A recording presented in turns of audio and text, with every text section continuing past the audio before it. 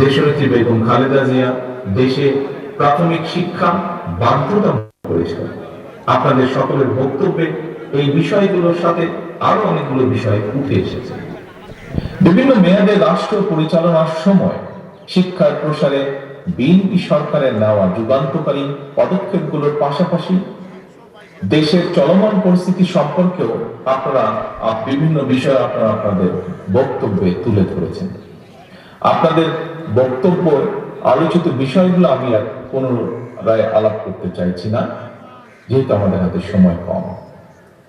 সম্মানিত শিক্ষক এবং কর্মচারী ভাই বোনেরা, বর্তমান প্রতিযোগিতামূলক বিশ্বে একটি প্রভাবশালী জাতি রাষ্ট্র হিসাবে যদি আমাদের টিকে থাকতে পারে, তাহলে অবশ্যই এই মুহূর্তে আমাদের সামনে বড় চ্যালেঞ্জ জ্ঞান ভিত্তিক রাষ্ট্র এবং সমাজ প্রতিষ্ঠা করা। এবং এই চ্যালেঞ্জ মোকাবেলায় আমাদেরকে যুক্তি, তর্কে, মেধা, মননে, জ্ঞানে, বিজ্ঞানে অবশ্যই সমৃদ্ধ হতে হবে আমাদেরকে। একটু আগে আমি কুসু সাহেব ওনার বক্তব্যে একই কথাই বলেছেন। আমি বিশ্বাস করি রাষ্ট্র এবং রাজনীতির সংস্কার কিংবা নাগরিক উন্নয়নে আমরা যত উদ্যোগই গ্রহণ করি না কেন, চূড়ান্ত সফলতা পেতে হলে শিক্ষা ব্যবস্থার আধুনিকায়ন এবং, দয়া করে খেয়াল করবেন আমার কথাটি, এবং শিক্ষকদের আর্থ-সামাজিক নিরাপত্তা ও সম্মান নিশ্চিত করার বিকল্প নেই।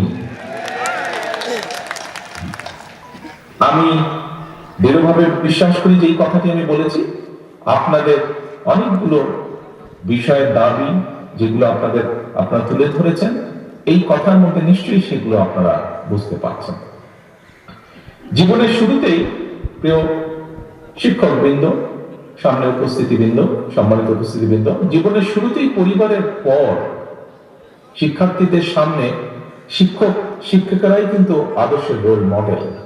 কিন্তু শিক্ষকরাই যদি রাষ্ট্র এবং সমাজে সম্মান, সংসার নিয়ে টানাপোড়েনে থাকেন, তাহলে একজন শিক্ষকের পক্ষে শিক্ষার্থীদের সামনে নিজেকে রোল মডেল হিসাবে কি উপস্থাপন করা সম্ভব? অবশ্যই নয়।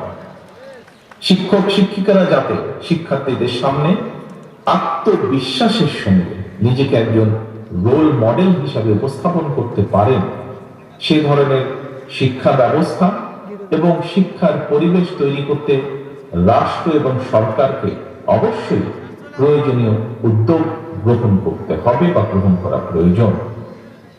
শিক্ষকতা পেশা, যে কথাটি আমি এখন বলবো, এই কথাটি এর ভিতরেই কয়েকজন বক্তা এখানে উল্লেখ করেছেন। খুব সম্ভব সেলিম সাহেব ওনার বক্তব্যে উল্লেখ করেছেন। শিক্ষকতা পেশা কখনোই কিন্তু উপায়হীন বিকল্প কিংবা একটি সাধারণ চাকরি নয়। শিক্ষা দীক্ষায় মেধাবী মানুষটি যাতে শিক্ষকতা পেশাকেই আনন্দের সঙ্গে প্রথম অগ্রাধিকার হিসেবে বেছে নিতে আগ্রহী হয়ে ওঠেন, তেমন পরিবেশ নিশ্চিত করা রাষ্ট্র এবং সরকারের দায়িত্ব বলে আমি দৃঢ়ভাবে বিশ্বাস করি। সুতরাং অর্থনৈতিক সচ্ছলতা, স্বাচ্ছন্দ্যময় এবং সম্মানজনক জীবনের নিশ্চয়তা প্রদানের মাধ্যমে বিশেষ করে প্রাথমিক এবং মাধ্যমিক পর্যায়ে স্কুল শিক্ষকের চাকরিকে আরো প্রতিযোগিতামূলক এবং আকর্ষণীয় করে গড়ে তোলা প্রয়োজন।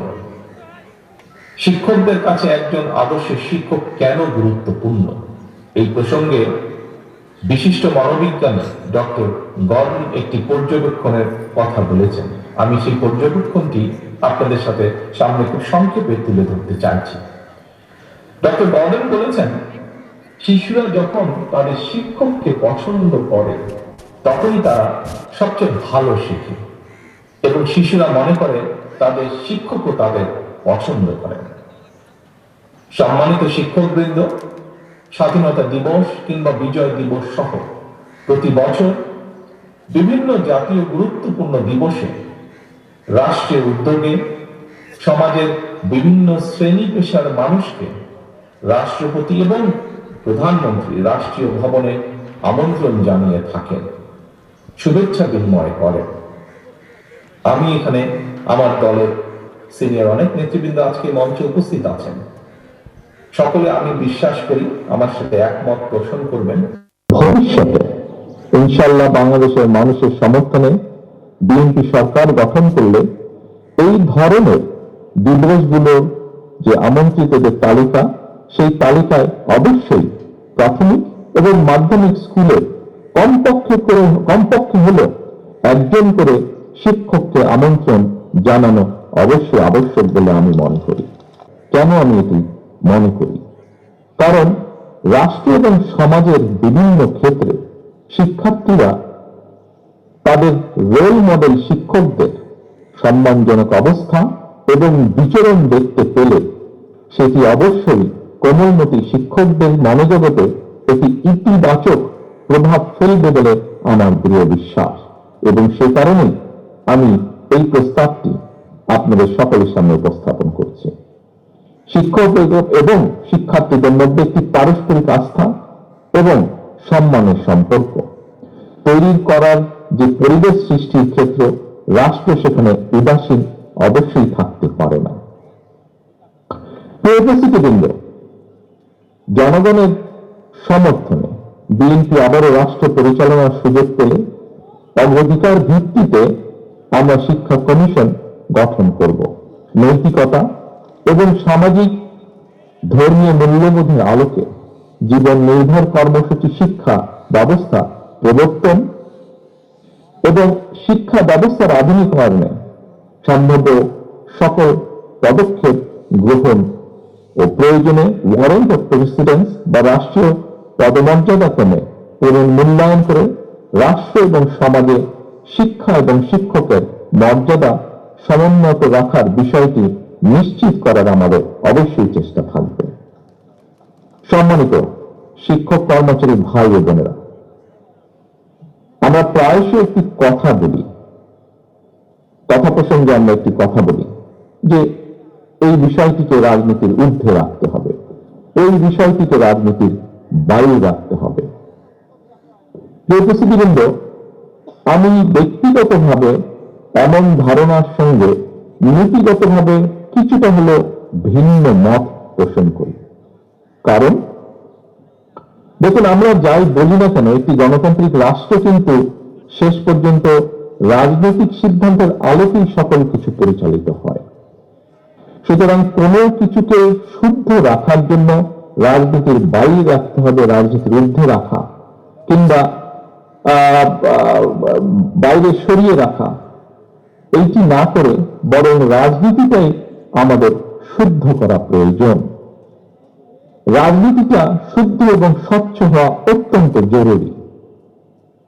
প্রচলিত রাজনীতির গুণগত যে পরিবর্তন সেটি যদি না করতে পারি, তাহলে কিন্তু এই যে এখানে যতগুলো আকাঙ্ক্ষার কথা বলা হয়েছে, বিভিন্ন আলোচনায় বিভিন্ন সুশীল সমাজের ব্যক্তিরা সহ বিভিন্ন মানুষ যে জন আকাঙ্ক্ষার বাস্তবায়নের কথা বলছেন, আমরা যদি রাজনীতির যে গুণগত পরিবর্তন, রাজনীতির ভিতরে যে পরিবর্তন, সেটিকে যদি করতে না পারি, তাহলে হয়তো কোনো কিছুই বাস্তবায়ন করা সম্ভব নয়। এবং এই লক্ষ্যটি সামনে রেখে বিএনপি রাষ্ট্র, রাজনীতি এবং রাজনৈতিক দল সংস্কারের উদ্দেশ্যে বাংলাদেশের পক্ষে সকল গণতান্ত্রিক রাজনৈতিক দলগুলোর সঙ্গে পরামর্শ করে তাদেরকে সাথে নিয়ে জনগণের সামনে 31 দফা সংস্কার কর্মসূচি উপস্থাপন করেছেন। এবং আগেও বলেছি আমি, জনগণের রায় পেয়ে বিএনপি সরকার গঠনে সক্ষম হলে বিএনপি পর্যায়ক্রমিকভাবে প্রতিটি সংস্কার কর্মসূচি ইনশাআল্লাহ বাস্তবায়ন করবে।